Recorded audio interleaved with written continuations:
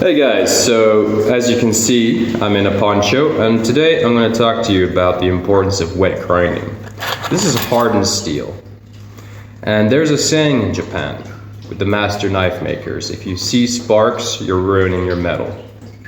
Now the reason is because when you see sparks, you're overheating your blade. Those sparks are very hot, and what happens when you're grinding on a dry belt grinder and you're heating up that blade and you quench it in water, you're embrittling the blade, and that's called embrittlement. And that's how barrels age, gun barrels. When you have a bullet go through the barrel, it heats up the barrel and it cools down rapidly. It embrittles, and that causes micro fractures, and that is literally the aging process of gun barrel through embrittlement. It's very important when you're grinding steels, especially hardened steels, but you should also consider doing it with non-hardened steels, because every temperature does something to the metallurgy, and every rate of temperature cooling, like whether it's cooling or heating, the rate at which it's doing that, it's also changing the metallurgy. So these are very important factors that the industry has known about for hundreds of years. This is something that Japanese and many ancient cultures of knife making cultures, steel cultures, have understood for a very, very long time, and it's somewhat been forgotten in the West. The water on the belt grinder, now let's see, this is what my belt grinder looks like. You can see it's got those two cooling elements, and at the bottom here, as you can see, I have a container that catches all that water. Now this is a very simple process. You just need to add water to your belt grinder. Another thing that this does is that it keeps the belt grinder completely clean from gunk.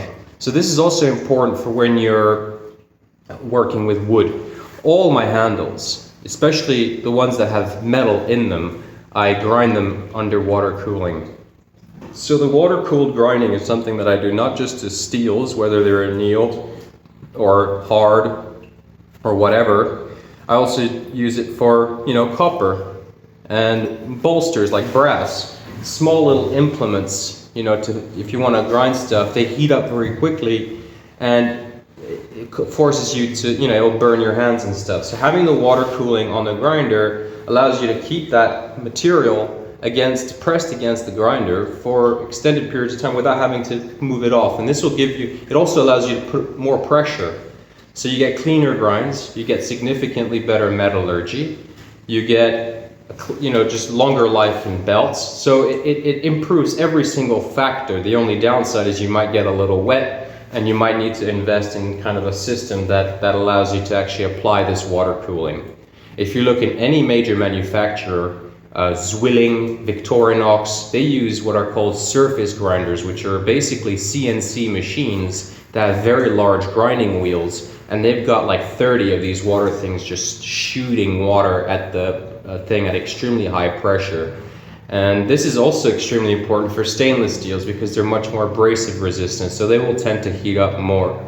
And for example, with Yanagi buzz or single bevels or Scandi grinds that have extremely thin edge profile, it's almost impossible to do the correct job or the job correctly without water cooling. It's a must, and it really is the difference between a master knife maker and an amateur is the water cooled grinding, because in many ways it almost doesn't matter how good your heat treat is, because you'll ruin it all on your belt grinder by embrittling the blade or overheating the blade. And so not only will this save you time, you also you get much higher quality products. So you're not risking anything. So I'm going to get the machine going here just so you can see. It's nothing different from grinding, but just with the addition of water. I'll put my hearing protector in. So we'll turn the machine on. I have a variable speed, which is also very important because I can run it at a lower speed, right? So at this lower speed, I'll go here, and then I'm going to turn the water on. Now you can see there's water going, and I'm just going to press against this.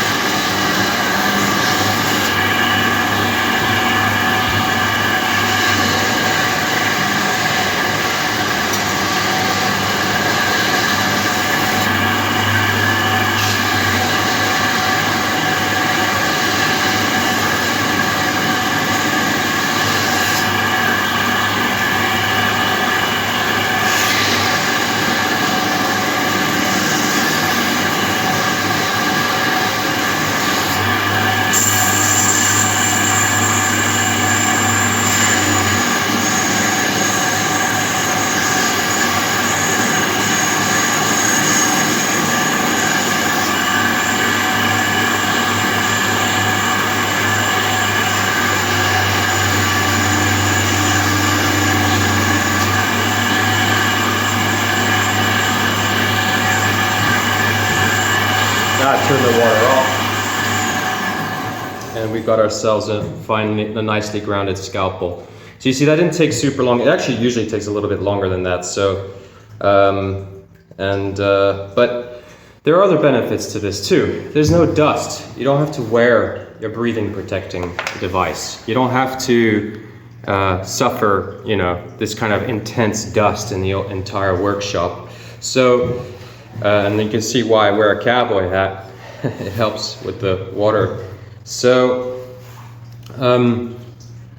now there was no sparks. There was no, maybe there was one or two, but there was, and I was able to keep this very thin blade pushed up against the grinder.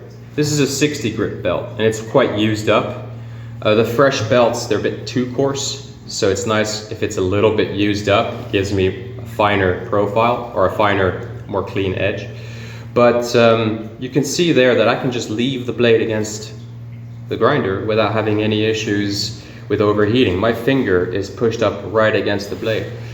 So often when you're using this type of system, you'll actually feel, with larger blades, you'll actually feel the water coming off the edge actually feel warm, even when you're not doing a lot of work. So it's very revealing too. You see, the tempering temperatures basically occur over 100 degrees Celsius, somewhere in the 120 and above, 150 Celsius and above, which that's, you know, 100 degrees, that's the maximum boiling point of water. You're not going to boil the water here with this. So the water really gives you that maximum limit in which the steel can heat up to. Plus it's flowing water, so it's always going to be cooling. This is the way it's been done for, you know, over 1,000 years.